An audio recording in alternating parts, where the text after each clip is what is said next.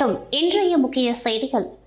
புதுச்சேரி அரசு சுற்றுலாத்துறை, பள்ளி கல்வித்துறை, உயர் மற்றும் தொழில்நுட்ப கல்வித்துறை, ஆயுஷ் இயக்குநரகம் மற்றும் புதுச்சேரி மாசு கட்டுப்பாட்டு குழுமம் ஆகிய துறைகள் இணைந்து 11வது சர்வதேச யோகா தின விழா புதுச்சேரி கடற்கரை சாலையில் நடைபெற்றது. இதில் சிறப்பு விருந்தினராக துணைநிலை ஆளுநர் கைலாஸ்நாதன், முதலமைச்சர் ரங்கசாமி ஆகியோர் கலந்து கொண்டு தலைமை தாங்கி விழாவினை துவக்கி வைத்தனர். இதில் சட்டப்பேரவைத் தலைவர் செல்வம், உள்துறை அமைச்சர் நமச்சிவாயம், பொதுப்பணி மற்றும் சுற்றுலாத்துறை அமைச்சர் லட்சுமி நாராயணன், மாநிலங்களவை உறுப்பினர் செல்வ கணபதி மற்றும் அரசு துறை அதிகாரிகள் கலந்து கொண்டு யோகாசனங்களை செய்து சிறப்பித்தனர். இவ்விழாவினை ஒட்டி புதுச்சேரி கடற்கரை சாலையில் நடைபெற்ற யோகா நிகழ்வில் யோகா வல்லுநர்கள் மற்றும் மாணவர்கள் என 3500க்கும் மேற்பட்டவர்கள் கலந்து கொண்டு பல்வேறு யோகாசனங்களை செய்தனர். சர்வதேச யோகா தின விழாவை முன்னிட்டு இன்று புதுச்சேரி ராஜ்பவன் தொகுதிக்குட்பட்ட குருசுக்குப்பம் பகுதியில் உள்ள பிரான்சிஸ் அசிசி பள்ளி மாணவர்களுடன் சட்டமன்ற உறுப்பினர் வி. ராமலிங்கம் தலைமையில் யோகா தின விழா கொண்டாடப்பட்டது. தொடர்ந்து நிகழ்ச்சியில் கலந்து கொண்ட அனைவரும் பல்வேறு யோகாசனங்களை செய்தனர். தொடர்ந்து யோகாசனங்களை செய்த அனைவருக்கும் நினைவு பரிசுகளையும் அவர் வழங்கினார்.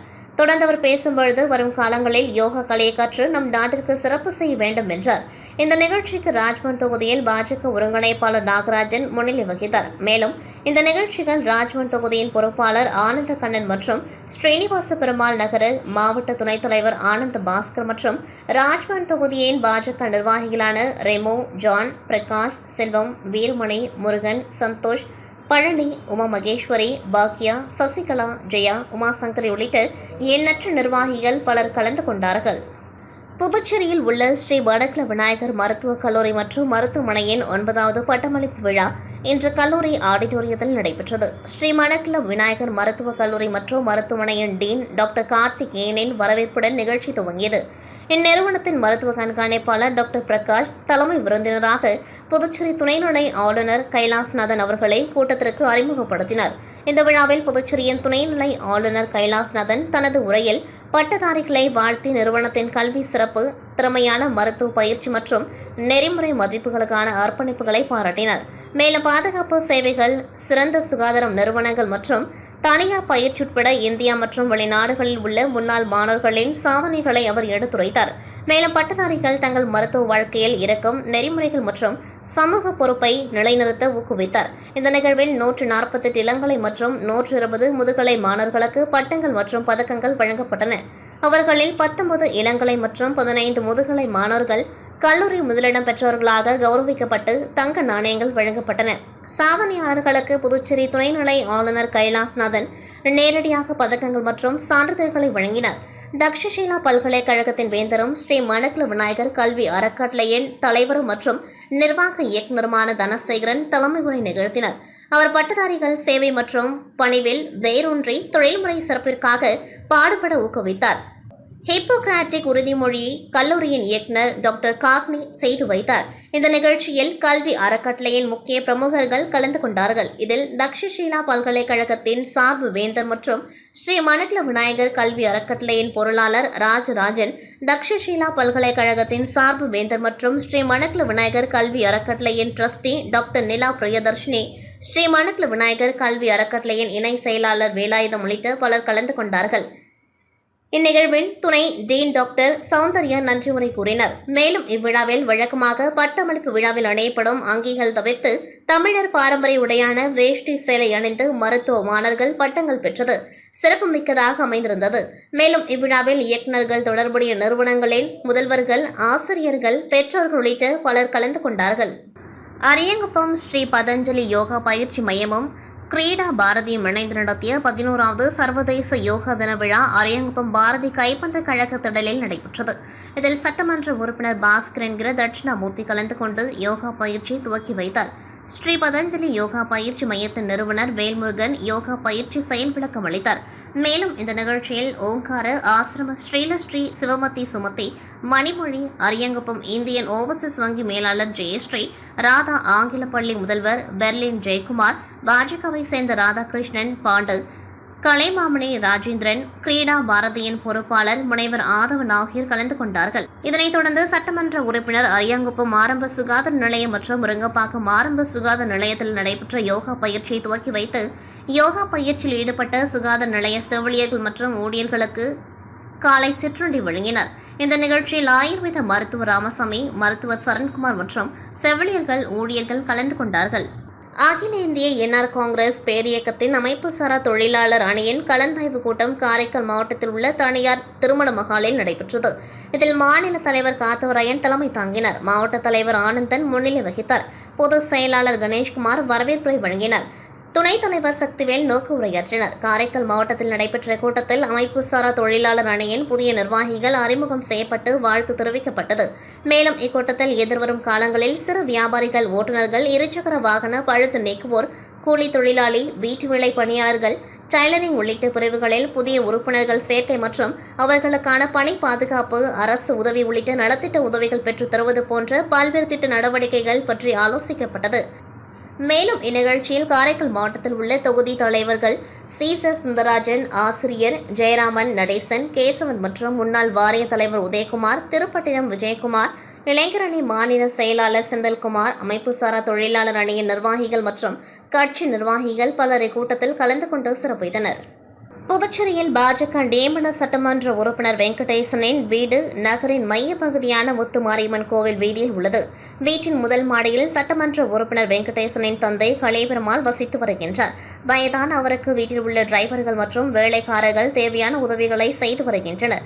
இந்நிலையில் அவர் தரையில் உள்ள பீரோ திறந்து கிடப்பதாக கார் டிரைவர் கூறினார். உடனே அவரது குடும்பத்தினர் அங்கு சென்று பார்த்தனர். அப்பொழுது அவர் வெளியே செல்லும் பொழுது அணியும் 15 பவுன் தங்கச்சங்கிலியை காணவில்லை. இதனால் அதிர்ச்சியடைந்தவர்கள் வீடு முழுவதும் தேடினர். ஆனால் நகை கிடைக்கவில்லை. இதனால் நன்கு அறிமுகமானவர்கள்தான் நகையை திருடியிருக்க வேண்டும் என்று சந்தேகம் ஏற்பட்டது. இதுகுறித்து சட்டமன்ற உறுப்பினர் வெங்கடேசனின் மகன் பாலாஜி பெரியகடை காவல் நிலையத்தில் அளித்த புகாரின் பேரில் போலீசார் வழக்கு பதிவு செய்து சட்டமன்ற உறுப்பினர் வெங்கடேசனின் வீட்டில் உள்ள கண்காணிப்பு கேமராக்களில் பதிவான காட்சிகளை ஆய்வு செய்து வருகின்றனர். இதேபோல் இந்த வழக்கு தொடர்பாக அவரது வீட்டில் பணியாற்றும் 2 டிரைவர்கள் மற்றும் பணிப்பெண்ணிடமும் போலீசார் தீவிரமாக விசாரணை நடத்தி வருகின்றனர். புதுச்சேரியில் பாஜக சட்டமன்ற உறுப்பினர் வீட்டில் 15 பவுன் தங்க நகை திருடப்பட்ட சம்பவம் பரபரப்பை ஏற்படுத்தியுள்ளது. புதுச்சேரி காலப்பட்டு சுனாமி குடியிருப்பு B2 368 வீட்டின் அருகே இருந்த தென்னை மரம் மற்றும் மாமரத்தை அதன் உரிமையாளரிடம் அனுமதி கேட்காமல் பின் வீட்டில் குடியிருக்கும் செல்வகுமார் என்பவர் மதில் சுவர் அமைக்க வேண்டி மாத்தூரை சேர்ந்த கிருஷ்ணமூர்த்தி தலைமையிலான 4 பேர் கொண்ட மரம் வெட்டும் தொழிலாளர்களை வைத்து தென்னை மற்றும் மாமரத்தினை 2ஆக வெட்டிவிட்டனர். தென்னை மரம் வெட்டப்பட்டிருந்ததை கண்டு அதிர்ச்சியடைந்த மரத்தின் உரிமையாளர் வெட்டியவரிடம் கேட்டபொழுது தவறுதலாக வெட்டிவிட்டோம் என மரம் வெட்டிய தொழிலாளர்களும் வெட்ட சொன்ன பக்கத்து வீட்டாரும் கூறினர். 2 மரத்தை வெட்டிவிட்டு தவறுதலாக வெட்டிவிட்டோம் என்றால் எப்படி ஏற்றுக்கொள்வது என கேள்வி எழுப்பி அதனை வீடியோ எடுத்து மரத்தின் உரிமையாளர் காவல் நிலையத்தில் புகார் அளிக்க சென்றார். காவல் நிலையம் சென்ற உரிமையாளரிடம் மரத்தை வெட்டிய நபர்கள், நாங்கள் தவறு செய்துவிட்டோம், எங்களை மன்னித்து விடுங்கள், காவல் நிலையத்தில் புகார் அளிக்க வேண்டாம் என்று தொலைபேசியில் கேட்டனர். இதற்கு உரிமையாளர், என்னிடம் மன்னிப்பு கேட்க வேண்டாம், நீங்கள் உண்மையில் மன்னிப்பு கேட்க வேண்டும் என்றால் வாயில்லாமல் நிழல் தரும் வெட்டி அந்த மரத்திடம் மன்னிப்பு கேளுங்கள், நீங்கள் மன்னிப்பு கேட்பதை அதனை ஒரு வீடியோவாக எடுத்து எனக்கு அனுப்புங்கள், விட்டு விடுகிறேன் என்று கூறினார். உடனடியாக மரம் வெட்டிய நபர்கள் வெட்டப்பட்ட தென்னை மரத்தின் முன்பு நின்று, நாங்கள் செய்தது தவறு, மன்னித்து விடு என்று தோப்புக்கரணம் போட்டு மன்னிப்பு கேட்டு அதனை வீடியோ எடுத்து உரிமையாளருக்கு வாட்ஸ்அப்பில் அனுப்பினார். இதனை ஏற்று மரத்தின் உரிமையாளர் புகார் அளிப்பதை நிறுத்தி கைவிட்டு சென்றார். காலப்பட்டு சுனாமி குடியிருப்பில் வெட்டிய தென்னை மரத்திடம் மன்னிப்பு கேட்ட சம்பவம் பெரும் சுவாரஸ்யத்தை ஏற்படுத்தியது. புதுச்சேரியில் இணையவழி குற்றங்கள் நாளுக்கு நாள் அதிகரித்து வருகின்றது. தொடர்ந்து சைபர் கிரைம் போலீசாரும் பல்வேறு விழிப்புணர்வுகளை ஏற்படுத்தினாலும் அதீத பண ஆசை காரணமாக பல்வேறு வழிகளில் தொடர்ந்து இணையவழி குற்றவாளிகளிடம் மக்கள் பணத்தை இழந்து வருகின்றனர். அதன்படி புதுச்சேரி தட்டாஞ்சாவடியைச் சேர்ந்த நபரை வாட்ஸ்அப் மூலம் தொடர்பு கொண்ட மர்ம நபர் கேரளா லாட்டரியில் 5 லட்சம் ரூபாய் பரிசு விழுந்துள்ளதாக தெரிவித்துள்ளார். இதையடுத்து லாட்டரி பரிசு பணத்தை பெற கேரள அரசிற்கு வரி செலுத்த வேண்டும், அதற்கு முன்பணம் வேண்டும் என கூறியுள்ளார். இதை நம்பி 17,620 ரூபாய் மர்ம நபர் தெரிவித்த வங்கிக் கணக்கிற்கு அனுப்பிய பின் மர்ம நபரை தொடர்பு கொள்ள பலமுறை முயற்சி செய்தபொழுது தொடர்பு கொள்ள முடியாததால் தான் ஏமாற்றப்பட்டதை அறிந்த நபர் இதுகுறித்து சைபர் கிரைம் காவல் நிலையத்தில் புகார் அளித்ததன் பேரில் போலீசார் வழக்கு பதிவு செய்து தீவிர விசாரணை மேற்கொண்டு வருகின்றனர். புதுச்சேரி பாகூர் அடுத்துள்ள ஆராய்ச்சிக்குப்பம் வாய்க்காலில் இன்று காலை சுமார் 44 வயதுள்ள அடையாளம் தெரியாத நபர் ஒருவர் இறந்து கிடந்தார். இதுகுறித்த அப்பகுதியை சேர்ந்தவர்கள் பாகூர் காவல் நிலைய போலீசாருக்கு தகவல் தெரிவித்ததன் பேரில் சம்பவ இடத்திற்கு சென்ற போலீசார் இறந்து கிடந்த நபரின் பிரேதத்தை பார்வையிட்டு ஆய்வு செய்தனர். அப்பொழுது இறந்து கிடந்தவரின் உடலில் சிறு காயங்கள் இருப்பது தெரியவந்தது. இதனால் சந்தேகமடைந்த போலீசார் தடயவியல் நிபுணர்களுக்கு தகவல் தெரிவித்தனர். அதன் பேரில் சம்பவ இடத்திற்கு வந்து தடயவியல் அறிவியல் ஆய்வக நிபுணர்கள் பார்வையிட்டு தடயங்களை சேகரித்தனர். தொடர்ந்து அவரது உடலை கைப்பற்றிய போலீசார் பிரேத பரிசோதனைக்காக கதிர்காமம் அரசு மருத்துவமனைக்கு அனுப்பி வைத்து தீவிர விசாரணை மேற்கொண்டதில் அதில் இறந்து கிடந்த நபர் குப்பை பொறுக்கும் தொழிலாளி என்பதும் இவருக்கும் மணப்பட்டு பகுதி சேர்ந்த குப்பை பொறுக்கும் நபரான நந்தகுமாருக்கும் தகராறு ஏற்பட்டு ஒருவருக்கொருவர் அடித்துக் கொண்டதும் தெரியவந்தது.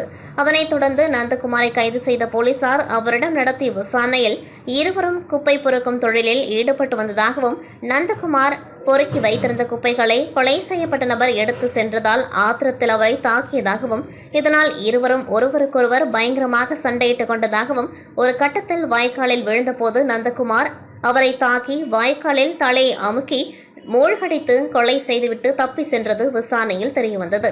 தொடர்ந்து நந்தகுமாரிடம் பாகூர் போலீசார் தீவிர விசாரணை மேற்கொண்டு வருகின்றனர். குப்பை பொறுக்கும் தொழிலாளிகளுக்குள் ஏற்பட்ட மோதலில் நடைபெற்ற கொலை சம்பவம் காரணமாக பாகூர் பகுதியில் பரபரப்பு ஏற்பட்டுள்ளது. இத்துடன் செய்திகள் நிறைவடைகின்றது. நன்றி, வணக்கம்.